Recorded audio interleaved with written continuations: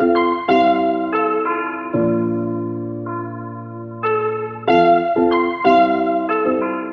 hezké odpoledne, vážení diváci, vážení posluchači.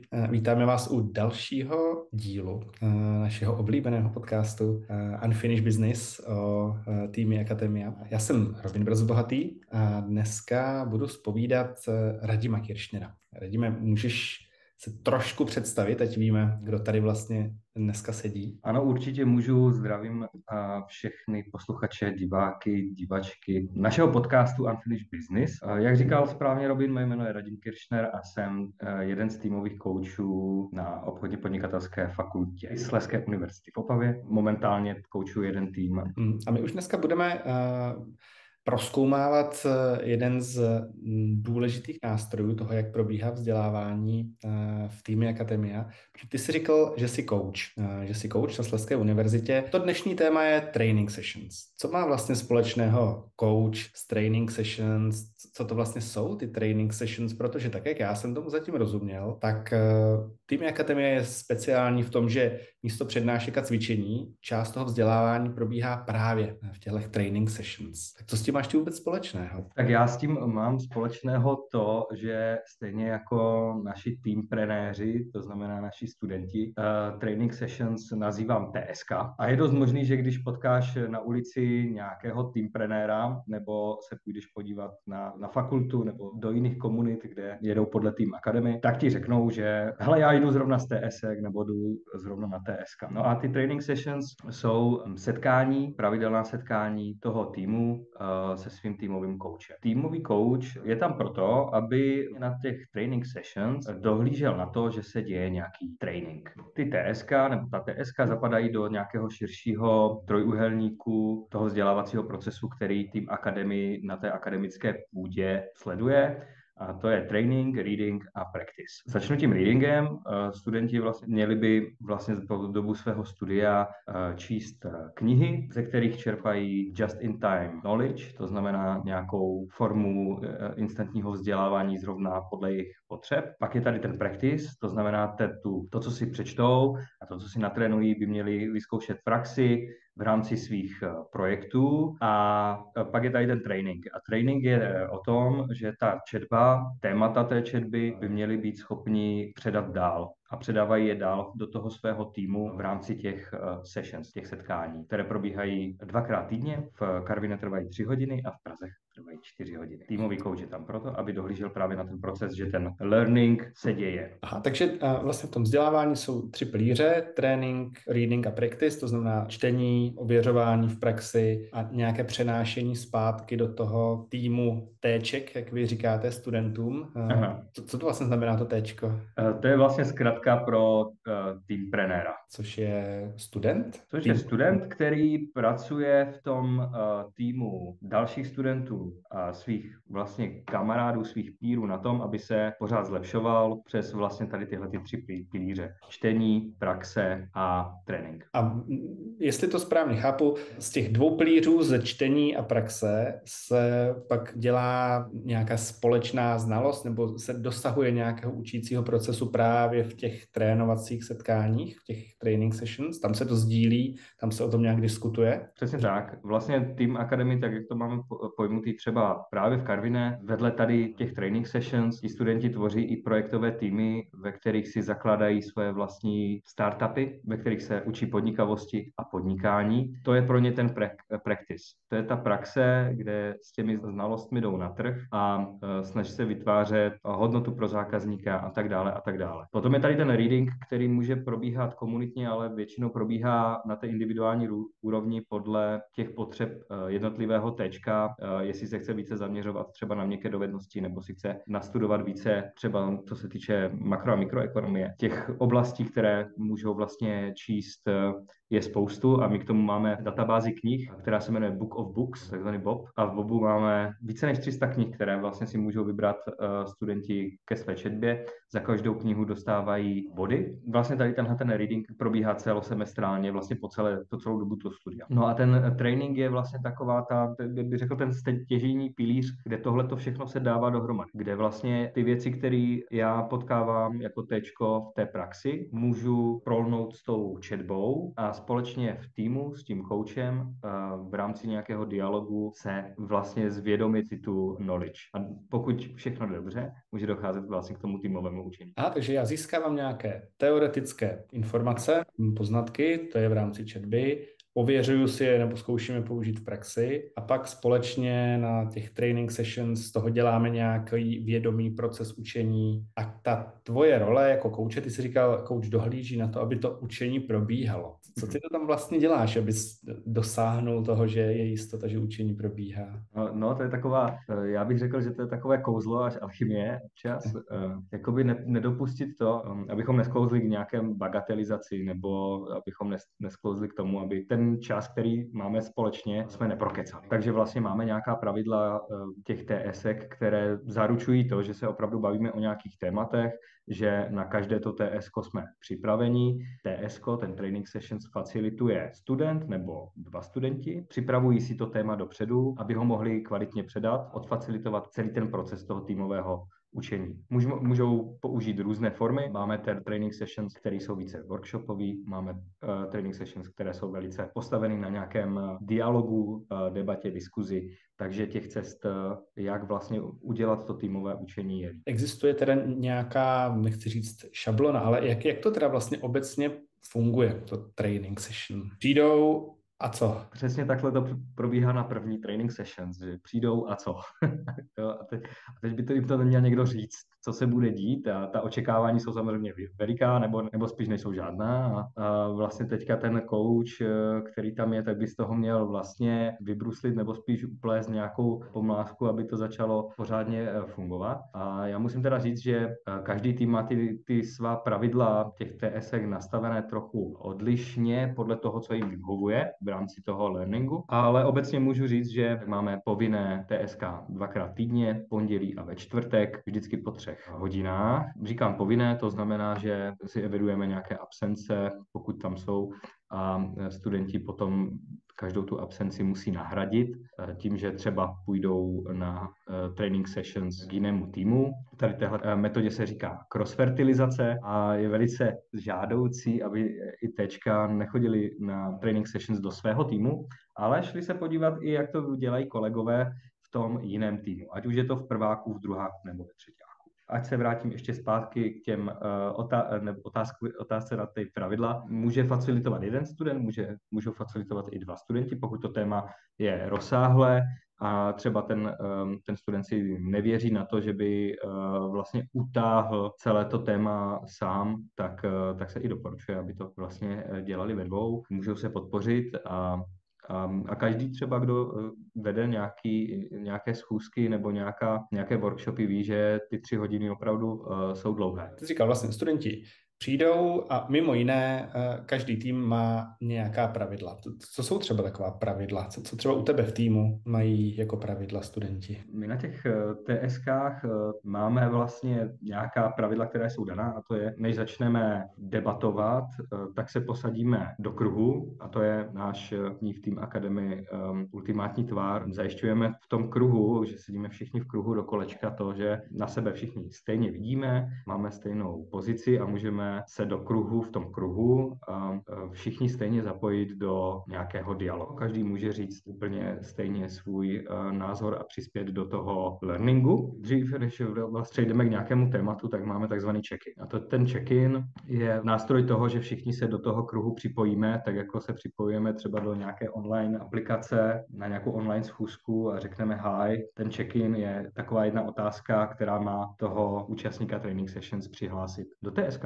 Já si vybavuji, že když tohle děláváme třeba v rámci toho našeho Team Mastery, toho našeho tréninku, tak mi přijde, že tenhle check-in vlastně slouží k takovému jako vědomému napojení se. Ty jsi to vlastně i použil, že jde o to připojení jako v onlineu. Začneš věnovat vědomou pozornost tomu, že tam seš s těmihle lidmi v tomhle týmu, vlastně máte nějaký úkol. K tomu tak nějak rozumím, že ten check-in vlastně je docela dobrý nástroj. Jo, měla by to být otázka taková, která tu pozornost od těch externích věcí přenese vlastně do toho kruhu. Zvláštních otázek bylo spoustu, třeba jaký hmyz se dneska cítíš. Prostě takové otázky, které občas jsou zvláštní, ale právě ten fokus přesunou do té místnosti, tam, kde sedíme, a jak říkáš, že to nějaké zvědomění toho okamžiku. Tak jo, tak to máme 2 pravidla.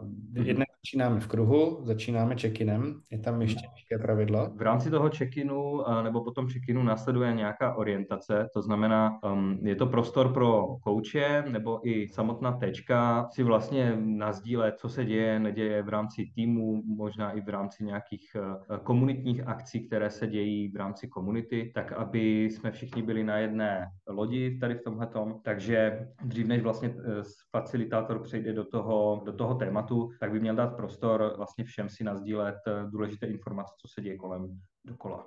Kruh, check-in, orientace, ještě něco tam takhle bývá standardně? Standardně potom následuje samotné to téma, které facilituje teamprenér nebo dva teamprenéři. Styl, jakým vlastně facilitují, tak nechávám vlastně volný, protože se učíme, to znamená, každý si může vyzkoušet nějakou formu předání té zkušenosti nebo třeba knížky, kterou přečetl. Potom následuje ta část, která je jakoby nejdelší z toho TSK, a to je vlastně learning nad tím tématem.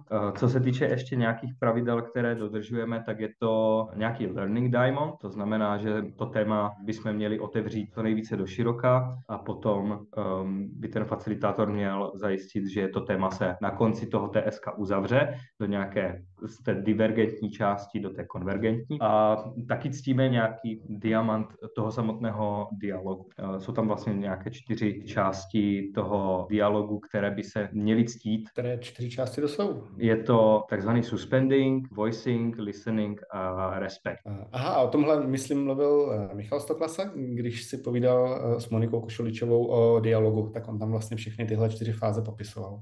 Přesně tak. Tak jo, zkusím to zase jenom trošku zrekapitulovat. Má kruh, začínáme nějakým check-inem, orientací, co se děje kolem nás a začíná nějaký dialog, učení se nad tématem, si říkal. To téma se probere na to, minimálně ty nemáš nějakou metodologii, které by se studenti museli držet, necháváš je to trochu objevovat, co si myslíš, že jim bude fungovat, možná se i učit z chyb, nevím. Přesně tak. Ten coach je tady v tomhletom důležitý právě v tom, že kontroluje, že dochází k předání nějaké znalosti, jo? Protože vlastně může se stát, že třeba v rámci TSK se dostaneme do fáze, kdy si říkáme nějaké domněnky, že si něco myslíme, něco o nějaké realitě, ale mohli bychom to třeba podložit nějakými fakty. Jo, a ten coach je tam proto, aby třeba tady tyhle ty momenty v tom přenosu té znalosti vychytával a říkal, jo, tady tohleto je ale pouze třeba nějaká domněnka, pojďme se podívat na to, z jakých knih nebo odkud bychom si mohli vzít třeba nějakou exaktní znalost. Je to vlastně o tom, aby ten coach dával pozor na to, že všichni třeba dostávají ten stejný prostor k tomu, aby se vyjádřili. Má tam tu možnost doptávat se i ostatních. Většinou, pokud ten facilitátor je vlastně dobře připraven, tak toho kouče moc není potřeba, protože ten facilitátor to drží pevně v rukách. Teďka, jak o tom mluvíš, tak mně přijde, že i to samotné TSK vlastně drží tu strukturu toho diamantu, že jo, začnete v kruhu, nejdřív ověříme u jednotlivců, jak na tom jsou, necháme je připojit v tom check-inu, pak je tam nějaká orientace, co se děje kolem nás, pak jdeme na to učení a říkám si, jestli je tam i nějaká fáze právě konvergentní, kde je úkolem, a teď vlastně nevím koho, nějak to TSK uzavírat, směřovat ho k nějakému výstupu. Tam je důležitý potom ten time management, který je rozlišný oproti té pražské týmy, kde mají TSK 4hodinová a mohou třeba lépe pracovat s časem pro tady tuhletu konvergentní část, kdy vlastně můžou té konvergenci věnovat mnohem víc času. My, když vlastně máme téma těch TSek široké, tak za ty 3 hodiny se třeba nedostaneme k té kvalitní konvergentní části, kdybychom měli opravdu z různých stran a od všech, kteří jsou připojeni v tom TSku, v tom kruhu, slyšet vlastně, jaký knowledge si odnášejí z TSK. My tomu říkáme část reflexe, která, když se mluvilo o tom time managementu, tak je většinou hodinku, 3/4 hodinku předtím, než vyprší čas toho TSK, což je vlastně takový důležitý pravidlo, které jsme nezmínili, je to vlastně hlídat si čas, aby vlastně to téma jsme nacpali do těch 3 hodin, které jsou k dispozici, včetně třeba nějakých krátkých pauziček. Takže hlídat si čas vlastně už při tom, když si facilitátoři připravují, uvažovat o tom, jestli se mi to vůbec v těch 3 hodinách nebo 4 může povést tam všechno nacpat a pak si ho ale hlídat i v tom samotném setkání. Ano, jestli to jde podle plánu, jestli nejsme někdy příliš pozadu a udělat třeba i nějaké operativní rozhodnutí, tohle přeskočíme, tohle zkrátíme? Přesně tak. A vlastně i pro ty tečka je to samotné TSK, jenom organizace toho TSK je obrovská cenná zkušenost, protože aby třeba to TSK mělo úspěch, tak by bylo dobré si třeba stanovit cíl toho TSK, co my se chceme naučit, co si chceme předat, zkusit ten cíl opravdu dosáhnout, aby se třeba na konci v té reflexi na to TSK opravdu ten facilitátor dočkal toho ano, tak jak jsme si to v tom cíli nadefinovali, tak se opravdu stalo a já si tady odnáším spoustu cenných poznatků. A to je super. To, když se stane, tak je to perfektní. A kdo tenhle cíl teda vlastně stanovuje? To dělají ty facilitátoři, nebo to vzniká nějak jinak? Měli by ho stanovit už v té přípravě, kterou posílají pár dní před TSKama, ať se všichni dokážou připravit kvalitně na to téma, ať ten learning je podložený i vlastně třeba nějakou četbou články, v té přípravě se vlastně objevují různá média, ze kterých jde čerpat k tomu tématu informace, tak aby všichni mohli kvalitně přispívat k tomu, ať se učíme všichni společně. Ať to, když to tak řeknu, nemusí ten facilitátor tahat sám. A vlastně je to místo, kde by měl i vlastně stanovit ten cíl těch TSek. No, jenom takhle, jak to vyprávíš, tak mně přijde strašně zajímavé, že tam jsou minimálně 3 různé perspektivy, které v TSkách hrají roli. Jednak je to perspektiva účastníků, všech těch, kdo se mají něco naučit, a pro ně to možná začíná v tom kruhu, ale pak jsou tady ty facilitátoři a vypadá to, že pro ně TSK začíná mnohem dřív, než fakticky začne. Že oni už se nad tím musí zamýšlet, stanovit si cíl, dát si dohromady nějaké věci. To mi přijde, že může nějakou dobu to trvat. A pak je tady ještě perspektiva toho kouče. A vlastně to, co mi teď není trochu jasné, jaký je rozdíl mezi tím, co má dělat facilitátor a co má dělat coach, jestli tohle se dá trochu víc popsat. Co se mi stávalo velice často na začátku a možná na tom pěkně se dá popsat vlastně ta role toho kouče, že stávalo se častokrát, že ti facilitátoři při tom TSku, když to řeknu, spěchali. To znamená, že měli přípravu obsáhlou, to téma bylo široké, mohlo se na něj vlastně nastoupit z mnoha stran a vlastně ten stres toho TSK tě nutí jakoby co nejvíce vyčerpat to téma a třeba i některé části toho tématu tak přeskočit.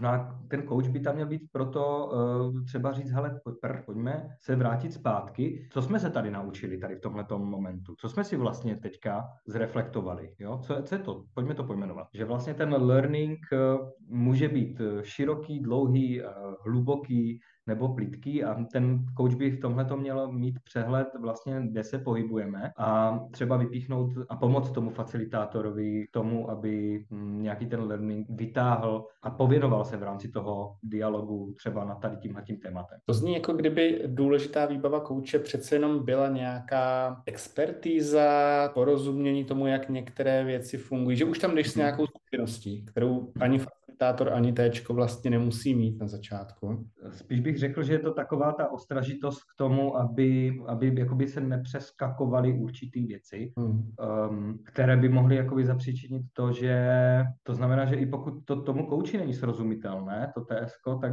měl by jako využít tu svoji pozici toho kouče a vrátit se k těm tématům a třeba se zeptat znova i všech ostatních, protože jak jsi sám řekl správně, to TSK je složeno ze všech těch účastníků a každý z nich, z těch účastníků má stejnou šanci ovlivnit to TSK, proto sedíme v tom kruhu. Takže se všichni můžou podílet na tom learningu a nemusí to odtáhnout ten facilitátor úplně zcela sám. Já jsem možná použil špatné slovo expertíza, ale když se mu vyhnu, tak pořád mi přijde, že to, co tam přináší ten coach, tak je nějaká znalost minimálně toho, jak probíhá učící proces. Že si všímá právě tohodle, nevšímá si až tak obsahu, ale všímá si toho, jestli ten obsah dělá to, co účastníci TSK chtěli, aby dělalo, aby jim to něco přineslo, aby jim to pomohlo něčemu víc rozumět, něco víc umět. Je to ono? Přesně tak. Jakoby, když v tom učícím procesu zaznívají byť už jenom nějaké názory, nějaké postuláty, nějaké myšlenky, které rezonují všemi ostatními a může se opravdu ten dialog rozběhnout, tak je to perfektní. Jo?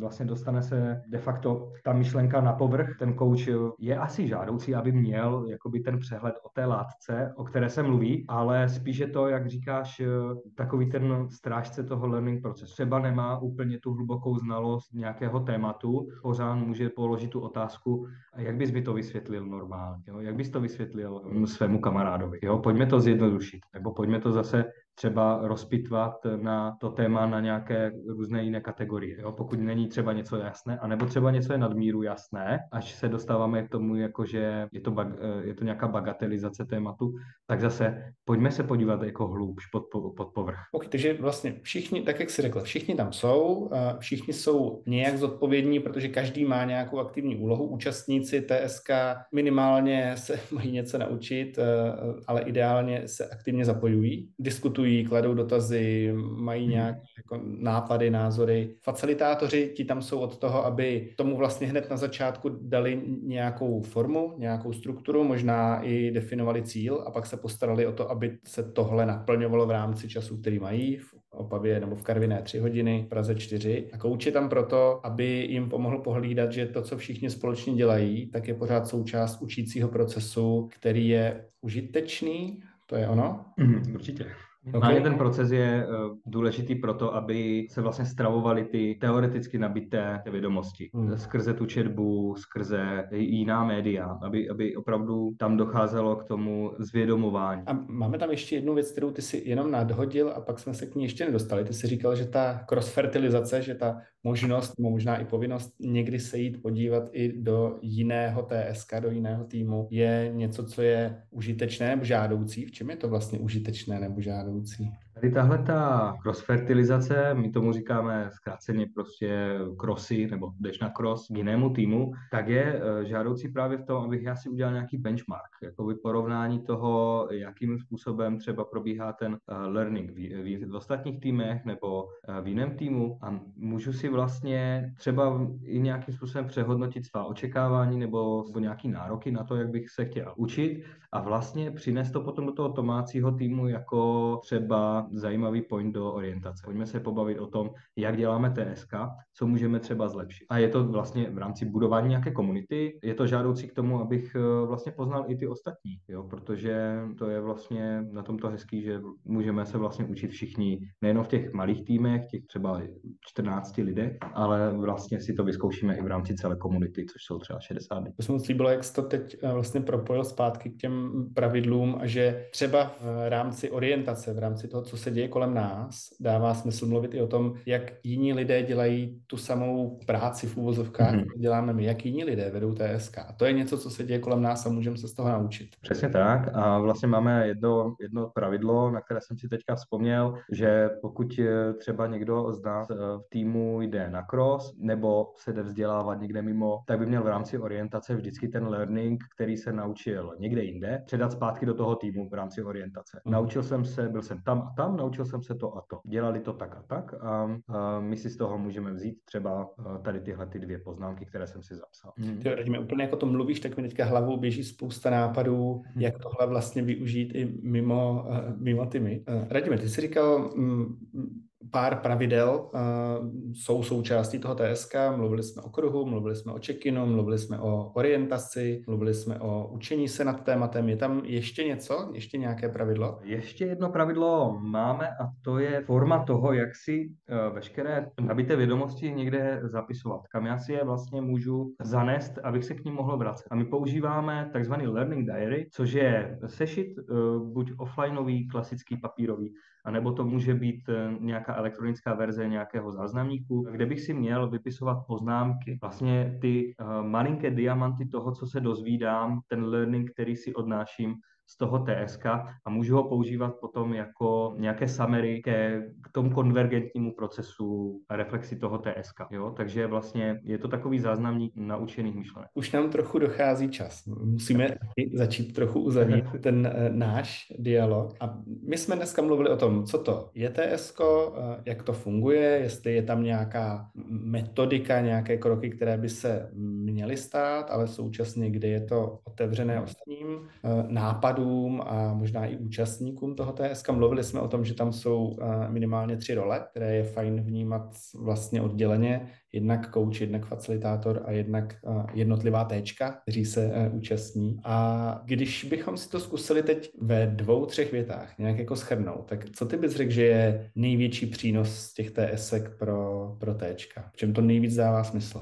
Myslím si a věřím tomu, že to samotný TSK je důležitý k tomu, že můžu nad tím, co si někde přečtu, co si myslím, že vím, vlastně s ostatními vyzkoušet jako pracovat. Jo? Že můžu přinést do toho TSK jakékoliv téma, ve kterém mi můžou ostatní pomoct pochopit. Třeba se ho lépe naučit nebo ho rozebrat. Můžu vlastně pracovat se svým skillem. To je podle mě tohle jako se nedá nikde moc jako najít, jo? Že by bylo takové podporující prostředí pro to, abych se mohl neustále zlepšovat. Třeba pracovat s nějakou chybou, jo? Že si můžu prostě nastavit nějaký cíl a je fajn, že ho třeba nesplním, ale vím to a můžu se do příště zlepšit. Jo? Takže je to taková laboratoř na předávání té znalosti, aniž by to třeba si jako mnozí uvědomovali, tak je to hodně raritní prostředí. Neděje se to všude. To je vlastně jedinečný prostor pro učení, osobní rozvoj, ale rozvoj v dialogu,